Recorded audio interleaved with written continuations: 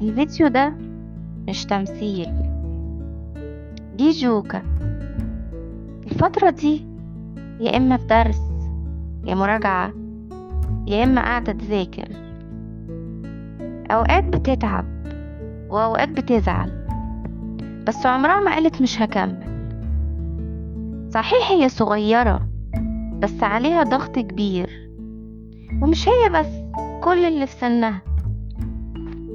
الفيديو ده رسالة لكل أم: شجعي ولادك وما تحملهمش أكتر من طاقتهم.